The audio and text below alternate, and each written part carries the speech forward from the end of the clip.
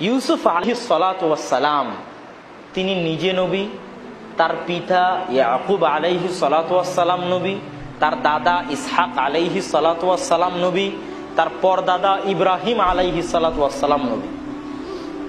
তো ইউসুফ আলাইহিস সালাম যখন কুয়ার মধ্যে পড়ে আছেন, বাঁচানোর কেউ নাই, তখন তার জন্য ইব্রাহিমের দোয়া আছে, ইসহাকের দোয়া আছে, ইয়াকুবের দোয়া আছে আলাইহিমুস সালাতু ওয়াস সালাম। যখন তিনি গোলাম হিসেবে, কৃতদাস হিসেবে বাজারে বিক্রি হচ্ছেন, আমরা কেউ কি গোলাম কৃতদাস হিসেবে বাজারে বিক্রি হয়েছি? কেউ হয়েছি? আমরা কেউ হয়নি। ইউসুফ আলাইহিস সালাম গোলাম হিসেবে বাজারে বিক্রি হয়েছেন, কৃতদাস হিসেবে। তখন তিনি নবী, তার পিতা নবী, তার দাদা নবী, তার পরদাদা নবী। তার জন্য ইব্রাহিমের দোয়া আছে, ইসহাকের দোয়া আছে, ইয়াকুবের দোয়া আছে।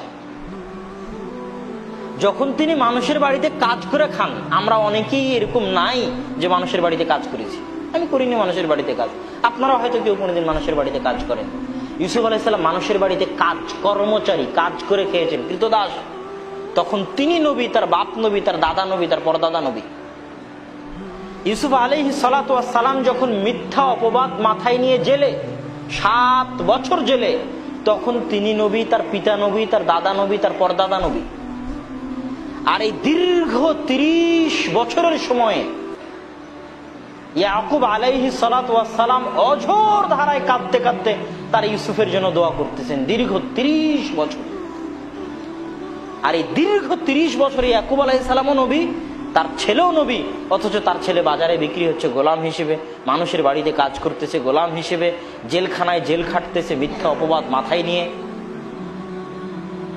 তাহলে এগুলো কি, এই যে কঠিন কঠিন অবস্থাগুলো, এগুলো কি আল্লাহ তাকে ভালোবাসেন না তার প্রমাণ?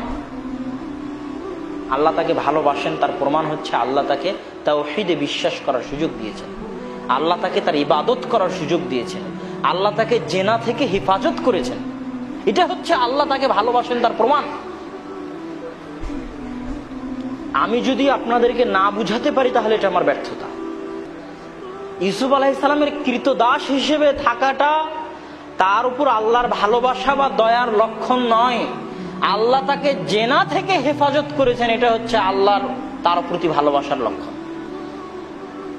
তাহলে যে জেনা ব্যভিচারের মধ্যে লিপ্ত আছে, তার জেনা ব্যভিচারের মধ্যে লিপ্ত থাকাটাই আল্লাহর পক্ষ থেকে শাস্তি। যে গান বাজনার মধ্যে লিপ্ত আছে, তার গান বাজনার মধ্যে থাকাটাই আল্লাহর পক্ষ থেকে শাস্তি। তো সম্মানিত উপস্থিতি, আমরা বলছিলাম যে মানুষ আমল থেকে দূরে চলে যায় কি জন্য? আমল থেকে দূরে চলে যাওয়ার একটা বড় কারণ হচ্ছে মানুষ নিজে নিজেকে ধোঁকা দেয়। কিভাবে? মনে করে গুনাহ করার পরেও ভালো থাকে, আর মনে করে গুনাহ করার পর ভালো থাকে এবং মনে করে আমি হয়তো ভালো আছি, কই আল্লাহ তো আমাকে ধরতেছে না। মানুষ যখন খারাপ কিছু মোবাইলে দেখে, তখন কি মানুষের চোখ অন্ধ হয়? অন্ধ হয়ে যায়। মানুষ যখন কানে ইয়ারফোন দিয়ে গান শোনে, তখন কি কান বধির হয়ে যায়? বধির হয় না তো। মানুষ যখন কোনো খারাপ কাজের জন্য এগিয়ে যায়, তখন কি মানুষের হাত পা অবশ হয়ে যায়? মানুষ যখন কাউকে হত্যা করতে যায়, তখন কি মানুষের হাত পা অবশ হয়ে যায়? হয় না তো। তাহলে আমি এত খারাপ কাজ করছি, কি আল্লাহ তো আমাকে কোনো শাস্তি দেয় না। এই জায়গায় মানুষ ধোঁকা খায়। তুমি যে খারাপ কাজ করতেছো, এটাই আল্লাহ শাস্তি। আর যে ভালোর রাস্তায় আছে, এটাই তাকে আল্লাহর ভালোবাসার প্রমাণ। মাই ইউরিদিল্লাহু বিহি খায়রান ইফাক্কিহু ফিদ্দীন। আল্লাহ যার কল্যাণ চান, যার ভালো চান, তাকে দ্বীনের জ্ঞান দান করেন। তো দ্বীনের জ্ঞান দান করাটাই আল্লাহকে, আল্লাহ যে তাকে ভালোবাসেন তার প্রমাণ। তো সম্মানিত উপস্থিতি, আমাদেরকে আল্লাহ সুবহানাহু ওয়া তাআলার দিকে ফিরে আসতে হবে, আল্লাহ সুবহানাহু ওয়া তাআলার আমলের দিকে ফিরে আসতে হবে।